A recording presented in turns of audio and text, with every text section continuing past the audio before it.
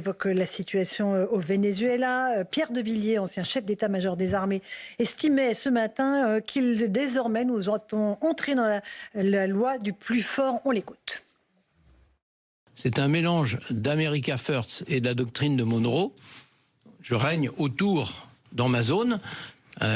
Il va en être ainsi, à mon avis, de beaucoup de puissances régionales, de ces États-puissances dont je parle déjà depuis 10 ans, 2015.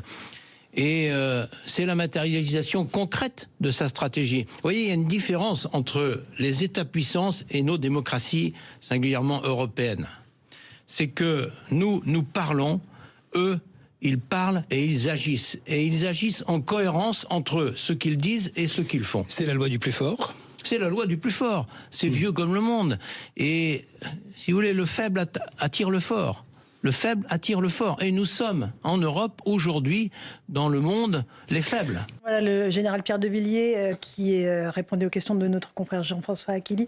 Louis de Ragnel, qu'est-ce que ça veut dire en France? Par exemple, est-ce que le Venezuela importe de la cocaïne, de la drogue dans notre pays? Exporte. Alors, le Venezuela n'est pas vraiment un pays de production, c'est surtout un pays de transit. Et donc, en fait, la cocaïne et la drogue de manière globale, le commerce et la répartition ensuite est vraiment organisé par l'État vénézuélien. Et aujourd'hui, en France, 33 des 52 tonnes saisies de cocaïne sont passées par le Venezuela. Donc ça, pour le coup, c'est des choses qui sont vraiment documentées à la fois, d'abord et avant tout par la Marine nationale, puisque c'est la Marine nationale en France qui fait les plus importantes saisies de cocaïne, et ensuite par les services de douane, de police et la gendarmerie évidemment. Et donc aujourd'hui en France, il y a un impact direct. Alors la question qu'on peut se poser, dans la mesure où l'État, la structure étatique vénézuélienne n'a pas changé, est-ce qu'il y aura un impact sur l'arrivée de cocaïne en France? Je ne pense pas. Et deuxième sujet, c'est si demain le Venezuela ne fait plus de commerce, ne fait plus de ce rôle de hub d'exportation de cocaïne, je pense que les trafiquants trouveront d'autres moyens de faire venir la cocaïne en Europe. Bon, on va voir maintenant qu'est-ce qui se passera quand ce sera le tour du Groenland, Henri Guénaud. Alors, répondez, vous avez raison. Rapidement, sans répondre à Henri. Est-ce bien la... On va y aller, nous. Dire que le régime vénézuélien était pourri et qui provoquait de la déstabilisation, tout le monde est d'accord. Mais si on emploie cet argument, il faut regarder l'état du monde. Aujourd'hui comme hier, c'est-à-dire que des gens qui ont bourré les urnes, qui sont pas légitimes aux yeux de nos critères, au regard de nos critères démocratiques, qui déstabilisent une partie de la planète, etc. Il y en a partout. C'est-à-dire que là, on est parti pour la gloire. Parce que qu'a fait au fond Trump? Il a fait une opération spéciale qui a réussi, là où Poutine a raté, parce que ses services de renseignement étaient sans doute beaucoup moins efficaces. Voilà. Mais qu'est-ce qu'on fait maintenant? Alors maintenant, on attaque la Russie, on va chercher Xi Jinping, ou Erdogan, je veux dire, voilà, c'est raisonner de cette façon est juste totalement impossible parce que ça débouche sur un chaos mondial. Voilà, c'est ma première remarque. Oui. C'est ma première remarque. Moi, je suis très content qu'on soit débarrassé de Maduro. J'observe quand même que pour l'instant, on n'a pas détruit le régime et que Donald Trump n'a pas annoncé sa disparition prochaine. Vous ne pouvez pas lui reprocher à la fois d'en faire trop et de ne pas en faire assez. Je ne lui reproche rien, je constate. Moi, je ne reproche rien à personne. Là, ça ne m'intéresse pas, le jugement de valeur. Je constate simplement qu'on est rentré dans une autre période, une période où maintenant il y a une officialisation, encore une fois, des zones d'influence. Dans ces zones d'influence, les empires, les puissants font ce qu'ils veulent et que le général de Villiers a raison, c'est-à-dire que la faiblesse dans le monde aujourd'hui, elle est en Europe. Voilà, la deuxième chose, c'est que, évidemment, l'argument du trafic de drogue, il est aussi dérisoire que l'argument du pétrole, encore que les réserves de pétrole, elles existent et qu'elles peuvent servir un jour. Bon, mais le producteur de cocaïne du monde, le plus gros, le plus énorme, c'est la Colombie. Bien sûr. Alors, le Venezuela, c'est 30 millions d'habitants, la Colombie, c'est 50 millions d'habitants, avec une économie qui est complètement gangrénée, un État qui est complètement gangréné par la production de cocaïne. Bon. Et puis le fentanyl, c'est le Mexique et c'est la Chine. Donc tout ça, c'est pas parce qu'on va mettre à bas, si on le met à bas le régime vénézuélien, qu'on va arrêter le trafic de drogue. Si les Américains avaient vraiment voulu supprimer le trafic de cocaïne, ils auraient attaqué, envahi, annexé. Mais c'est très difficile d'envoyer des troupes dans ces pays qui ont des reliefs très compliqués, avec des bandes armées. Enfin voilà, je veux dire, à mon avis, ils ne les enverront pas. Un tout petit mot des réactions politiques en France. Elles ont été très intéressantes. On a beaucoup critiqué la réaction d'Emmanuel Macron, qui plutôt a donné son assentiment à ce qu'a fait Donald Trump. Il a changé. Après, ils ont un petit peu... Ah non, il a beaucoup changé, Emmanuel Macron. D'habitude, une volte-face d'Emmanuel Macron. D'habitude, le président de la République, il met entre 6 mois et 1 an pour dire le contraire de ce qu'il a dit. Vous voyez, par exemple, la grande coalition contre le Hamas. Il n'a pas mis 6 mois. Il n'a pas mis 6 mois. Il a mis quelques jours. Voilà. Sur l'Algérie, crime contre l'humanité, puis après, la junte militaire s'en sert comme une rente mémorielle. Mais là, il a battu tous les records, il a mis 1 jour pour changer d'avis. Il nous a expliqué, en gros, si j'ai bien compris, que Maduro dégageait et c'était normal et que le peuple vénézuélien allait enfin respirer la liberté.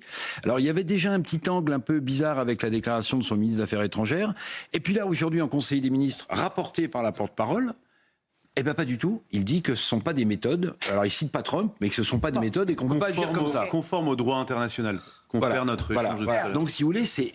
J'entends. Mais alors, est-ce qu'il a cédé à la pression On apprend que la France Insoumise demande un débat à l'Assemblée nationale, Vincent Herouette, sur la situation au Venezuela. Ils sont vraiment pro-Maduro. C'est impressionnant. La France Insoumise est en ordre de marche derrière ce régime. Oui, ils sont constants, ils sont fidèles à eux-mêmes en cela, fidèles à Maduro aussi. Ils ont été chavistes dès le début et ils se revendiquent cet héritage sans ne pas s'être rendu compte que leurs amis de Caracas avaient ruiné le pays, fait mourir de faim, de faute de traitement des dizaines de milliers de Vénézuéliens et que le tiers des habitants avaient pris la poudre d'escampette en allant essayer de survivre à l'étranger.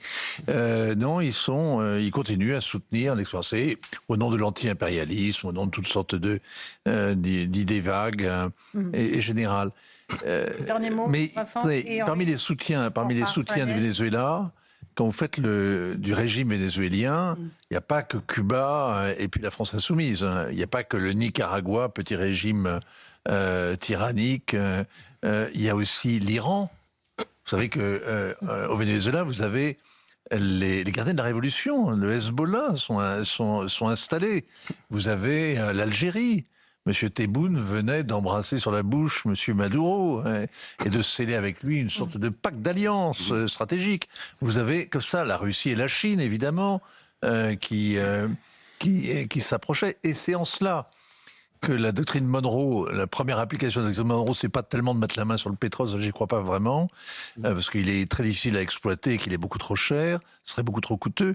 La doctrine Monroe, c'est d'abord que les autres dégagent, que les autres puissances, que les malveillants s'éloignent de notre arrière-cour, qu'ils ne viennent pas marcher sur nos plates-bandes. C'est ça, la doctrine Monroe. Dernier mot, Henri Guénaud. Donc c'est exactement la doctrine de Poutine, enfin de la Russie, vis-à-vis des anciens pays de l'Empire. Voilà, mais la question, qu'il y ait un débat au Parlement, pourquoi pas. La seule question qui se pose pour nous et qui doit se poser, c'est pas de savoir si on est pour, si on est contre, si c'est des gentils ou si ce sont des méchants.